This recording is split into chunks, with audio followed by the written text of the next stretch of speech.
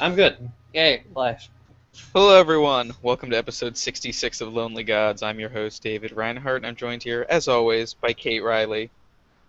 Yep. Yes. Yes. And we are here this week to talk about the Ark in Space, The Ark in Space. Not the S- Ark. the Not Fourth the wheel in Doctor's space. second But story. the Ark in Space. Excellent. Yes. Yes. So, So, the Ark in Space is right after leaving Earth and Robot with Harry on board as well, besides Sarah Jane. yep. The Doctor and crew land on a space station that is slowly orbiting the Earth. Yeah, I guess it was. I kind of forgot that it was anywhere near Earth, so I thought they were Yeah. farther out, but obviously they are, so never mind. Um, and oh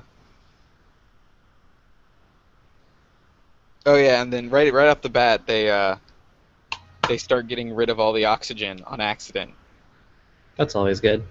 Yes, But and it's I don't Harry's think fault.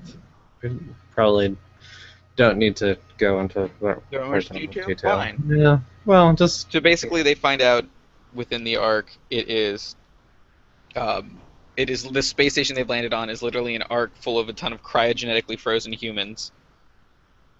yep.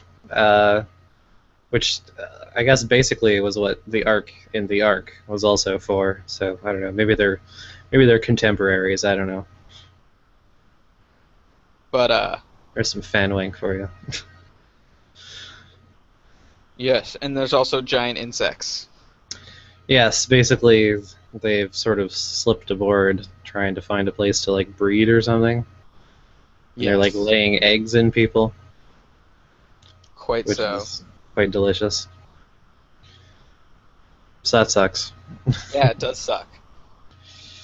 But yeah, basically, I guess Earth was supposed to be like wiped out with a solar flare or whatever, and now they were supposed to. These people were supposed to come back and repopulate it, but the uh, the aliens, the Wurin, have basically sabotaged the ship so that they haven't woken up, and it's thousands and thousands of years after they were supposed to be back or whatever.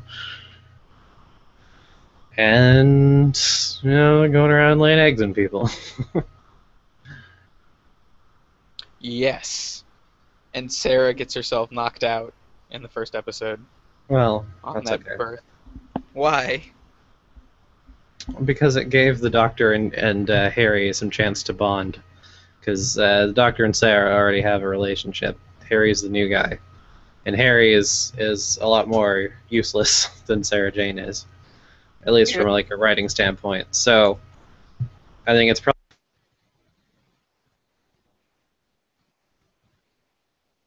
but at least separated from the Doctor and Harry, so that the two of them can kind of you know establish a relationship of their own. Makes sense. It kind of helped Harry not feel quite so much like a third wheel. He still kind of is, but yeah. Yeah. Anywho.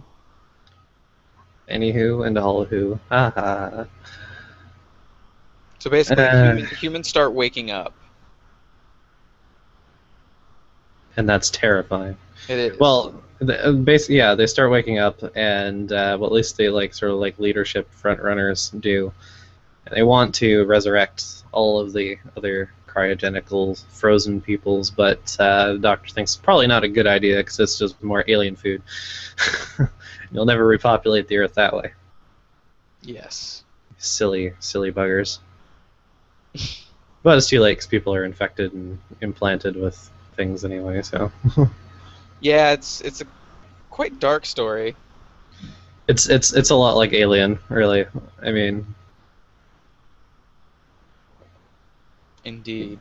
you've got aliens laying eggs inside of people, and a isolated single spaceship out in the middle of with no real help. and small cast of characters, and aliens are sneaky and they sabotage the ship and they're scuttling about. So it's a lot like Alien, although 4 years before Alien. So for once, they can't be accused of ripping off things, Then which is nice. there's that dark part where yeah, they start burst like the aliens start coming out, and it's not pretty. Yeah, it's pretty gruesome. And then you hear that message over the loudspeaker about like what the purpose of the Ark was. Which was too. Ferry away a select group of humans because the Earth was all fucked up. Mm. They could solve it, and even if it wasn't, these were like the best and brightest or whatever. Yeah, there's a bit of a sort of dystopian vibe I get from like what they said about what the Earth society was. Yeah, me too. Like it did not well, and not just that, but it felt kind of it didn't feel right what they were doing either. No, no, not at all. It felt And I like mean, very culty, like come aboard, we'll take you away. well, it's a lot like Invasion of the Dinosaurs with the fake ship. Only this time they did it for real. You know. Yes. Um, so yeah, it's kind of got some bad vibes. They're really uptight people. I mean, but most powerful course on Doctor Who anyway. So, but it's very much like Alien, and I liked it.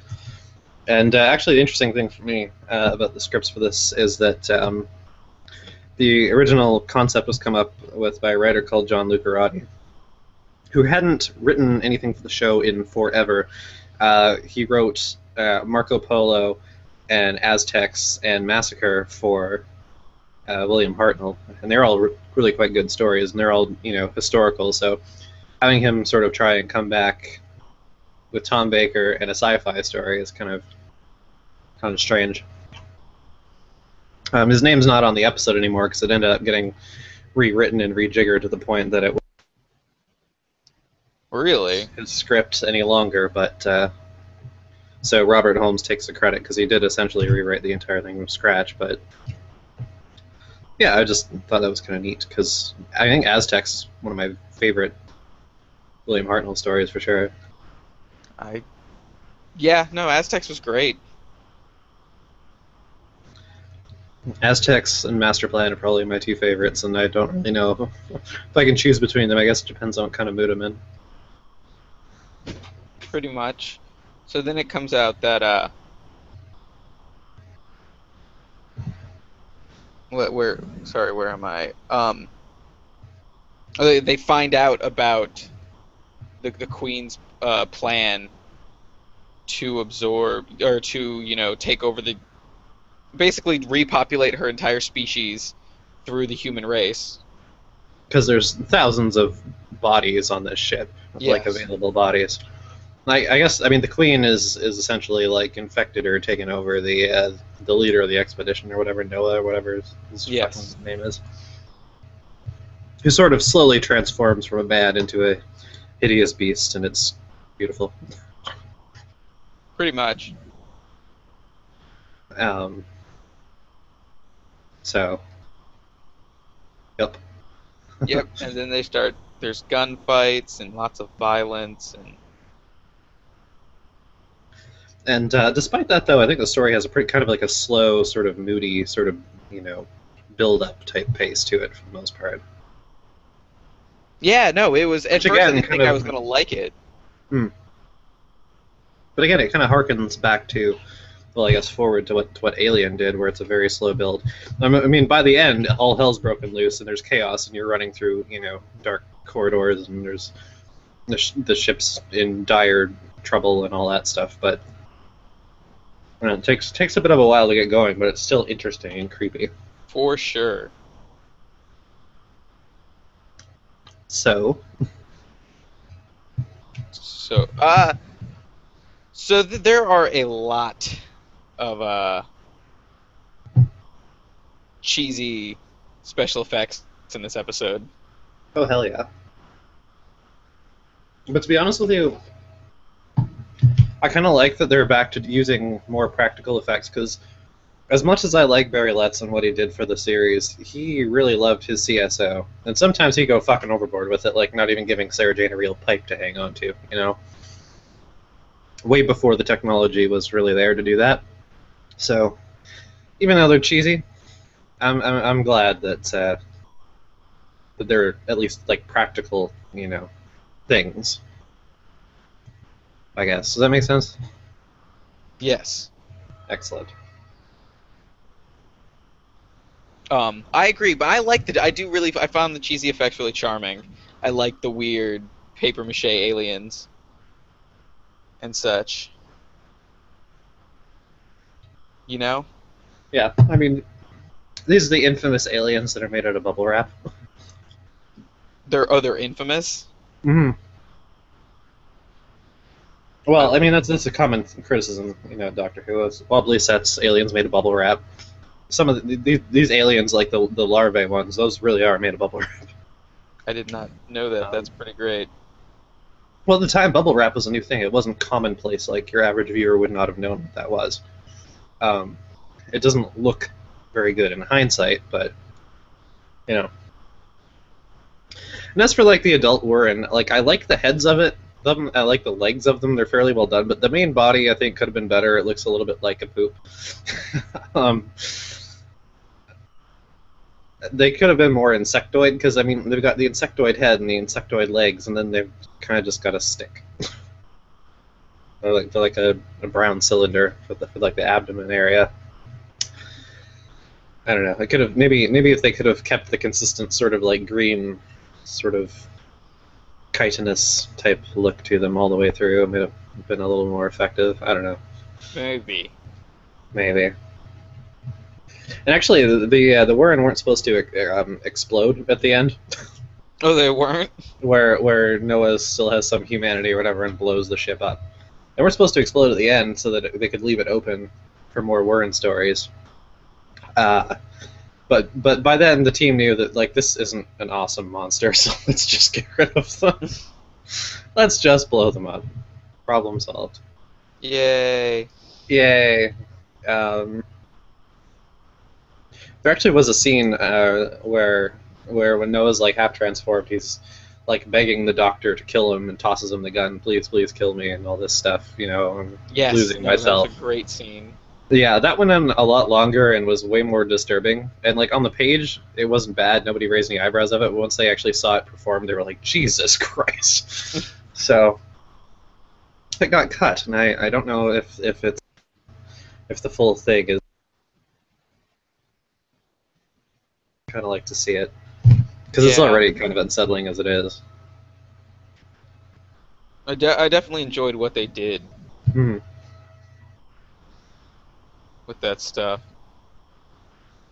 So I also really like their the guns. I know that you said you didn't really care for them, but it was just a big color splash. Oh no, that like the stun guns. No, those don't look good. That's I was thinking more like about. Oh, I was thinking like the zappy arc guns that kind of have electricity and sort of a beam. Those to were them. fine. I was talking about stun guns.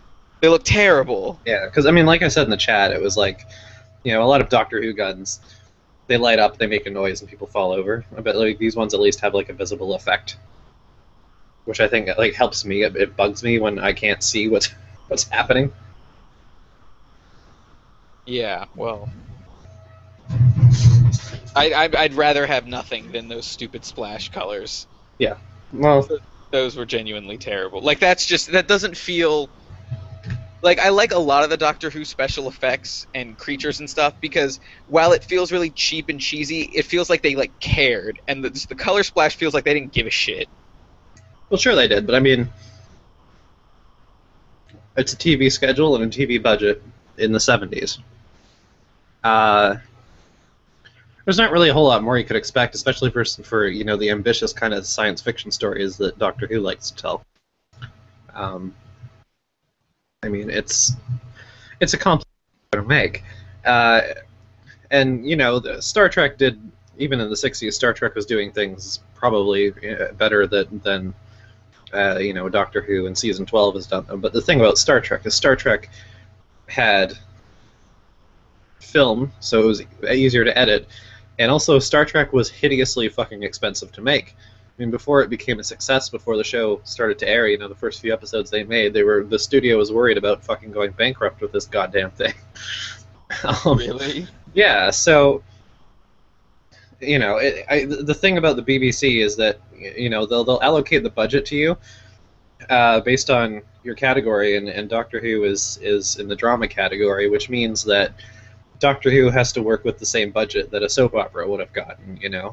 Back then they didn't really set the budget based on what the show needed. It was like, this is a set allocation, and you have this to deal with it.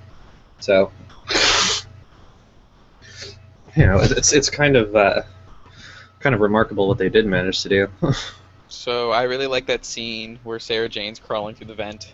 That was yeah. That's exactly where it struck me. I was like, wow, this really is Alien. Because I mean, you could have swapped in Ripley, and it would have been the same thing. I liked her little headset. It was pretty good. I really liked the whole. The Doctor just starts yelling at her to get her to go through. She ended up getting stuck, and actually, she got stuck for real. Really? Yeah. Not in that take, but during rehearsal, she got stuck for real, and Tom Baker was fucking pulling on her leg, trying to shove her through, and not a pleasant experience, I'm sure. That's pretty great. But let's see, I really like the sets in this. The space station was awesome. It's a really good set. Or the Ark, whatever. Yeah, I mean, there's a really good feeling of scale to it, because like the cryogenics chamber, it really is. It's like 3 stories high, and they've used mirrors to make it look even bigger, and it looks like there's more and more rooms leading off of it. So it's a very, very good illusion, I think. And it's especially helped by the way they filmed it, because they give you a lot of low shots and a lot of high shots, so you can see the height of it. Yes, which is really awesome, even if it's just Well, it's trickery, but I mean... Well, the actual space station itself is just a model spinning in a room. Well, sure, but there's that, and then there's the curved corridor where you can see space out in the background, which also I thought looked pretty good. Yeah, that looked great. Yeah. The only thing that I didn't care for about these sets isn't the sets themselves, but I thought like it could have benefited from some better lighting, I thought, because for a spaceship that's been adrift for thousands of years and is having power problems and stuff, it's lit really bright, and there's not a lot of shadow. There are places where they did, down in like the guts of the ship where the Wurren are breeding. That's dark and it looks good. And the escape vehicle they go into near the end, it's kind of got blue lighting in it. That looks good. The power goes out at one point, and everything's dark and very shadowy and very atmospheric. But most of the time, it's like. It's lit like your fucking living room, Pretty much. And that sucks, because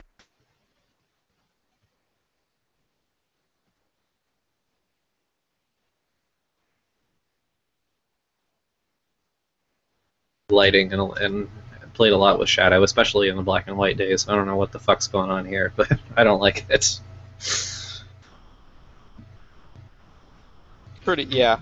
But even so, I think the fact that Barry Letts kind of came to the show, kept getting more money for it every year, and left it as a much more expensive show than it was, and persuading them to increase the budget and things like that, kind of definitely shows off, especially in this story. I think like the scale of these sets and things it's a lot more than I would have expected.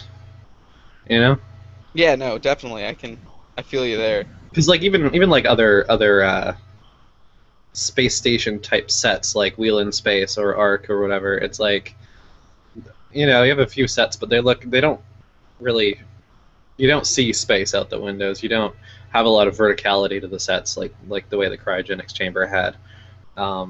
They were more or less your standard level TV set room type rooms. So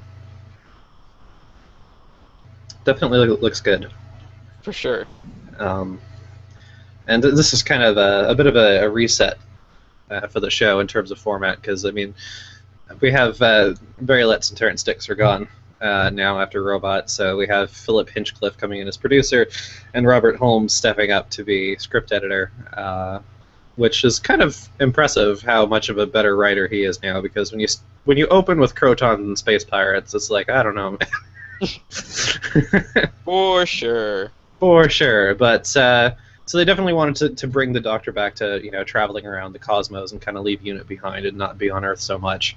And the last couple John Pertwee seasons kind of got away from that a bit, but starting from here, it's a lot closer to how like William Hartnell or Patrick Troughton were kind of in a new place every week. And I like that. It's good. I feel like we've been on Earth for long enough.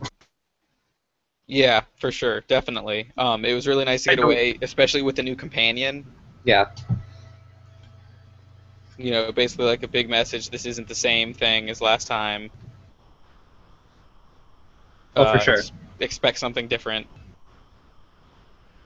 And it's not that I don't like Earth stories. It's not that I don't like Unit. It's just it's variety is the lifeblood of this show, and it's good to be back doing something else. I guess. Yep. The other thing is that they decided to make less six-parters,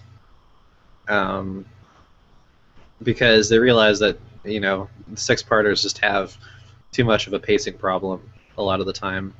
So they've been trying Really, to. really, Yeah, they have yeah, a really pacing problem sometime. weird. Who would have thunk it? Yes. Well, there was something they were stuck with though, because I mean, episode ones are always more expensive than any of the other episodes because you have to cast new characters, you have to make new sets, new props, new creatures, all that stuff.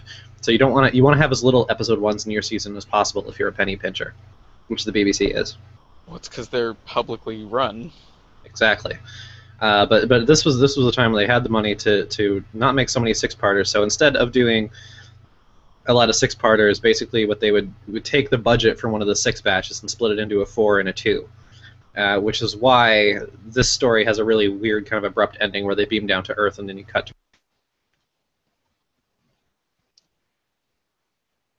kind of going back to stories kind of flow into one another the way they did.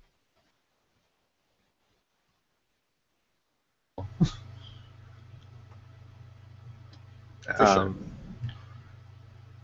So, and also another like callback to the '60s era is that they had toyed with the idea of going back to each episode having its own title. They didn't end up doing that ultimately, but it's kind of neat. I mean, I don't really care either way because when they come out on DVD or whatever, they're all just labeled as the story name.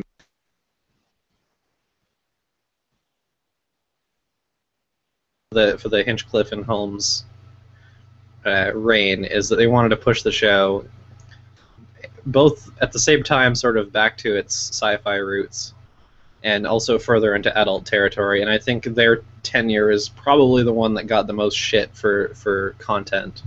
Really? Yeah. Of the time or from the fans? What do you mean from the fans? What? What do you mean from the fans, though? Well, I mean, like, do they get shit like people like us going back and like know they're Oh, no. Like or was it at, just at of the time? Yeah, that's what I Yeah, they were like, "Oh my god, you missed can't that do this." part. Yeah. Mhm. Which So is, I liked it. Like I found this. It started off a little slow. It was a slow burn, especially for 4 episodes. But by the end of episode 3, as soon as episode 3 started, I got hooked, and I'm like, oh, okay, this is why this was slow. This was happening. It was building up to this, and now it's all hit. The shit's hitting the fan, and it's awesome. yeah, for sure. And but yeah, like Hinchcliffe and Holmes are generally regarded as being like sort of the darkest era in the classic series generally, uh, playing more on the horror aspect. And I mean, Seventh Doctor, I mean, like McCoy kind of got dark towards the end as well, but this is the one that people kind of look back on as, Doctor Who being scary, at its best. So, Good.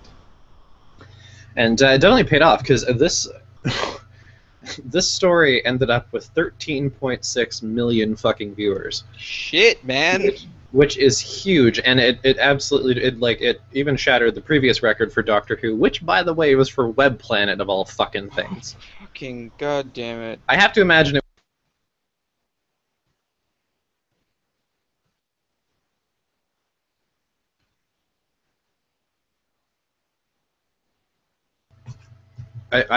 I think like anyone working in TV now would come in their pants to have that many viewers.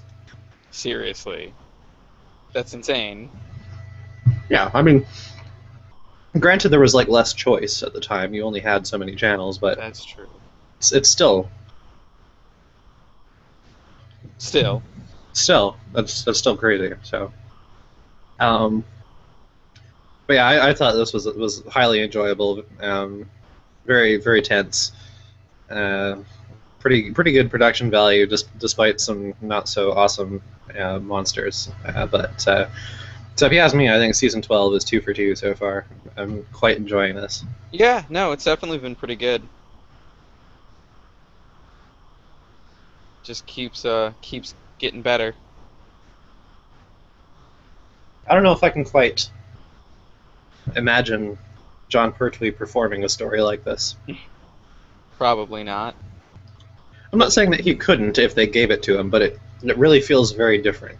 Yes, than which the is kind of nice, thing. especially right off the bat like this. It feels like Yeah. a very different style and like This feels like the kind of story. thing that maybe like Patrick Troughton would have been given. Not actually, no, really, kind of. I mean, it's a little bit based Under Siege, but not really. Yeah, not really. It's, or if it is, it's certainly a fresh enough take on it that I don't really care. So yeah. Do you have anything else to say about it? Because I've pretty much run out of steam. Nope. Very solid and awesome, and pretty good. Pretty good. So yeah. Yeah. Anything else Who related? Uh, Not that I can think of. Hmm. You know. So. Nothing audio wise. No, I haven't listened to anything fully yet. I'm in the middle of Dalek Empire. Ooh. All right. Well, we shall. I guess that's it for now. It's a quick episode, Yes. but hey. 4-episode story. You Well, know there's what it is. going to be a lot more of those. Yeah, but I mean, it's fine. They're good. Really well paced. Just happy. So, but next week is a 2-episode story. It is, yes. Which is, well, I mean, it is and it isn't. Well, it is. Never mind. I'm being silly. I mean, it's the last 2 episodes of this 6-episode production block, but it's still its own story. I had to buy an additional DVD for it, so it's its own story. But yeah, I'm pretty. If I remember right, like all the stories just flow right into one another from up till the end of the season, I guess. Good. That sounds interesting. It's pretty cool. And actually, speaking of the Nerva sets, we'll be revisiting this place a fair bit in the season to come, both on TV and even on audio a little bit. Interesting. Uh-huh. It's probably why it's such a good, expensive set, so you can get a lot of mileage out of it. Alrighty then. Well, All thank right. you everyone for listening, and we will be back next week with the Sontaran experiment. Dun dun dun.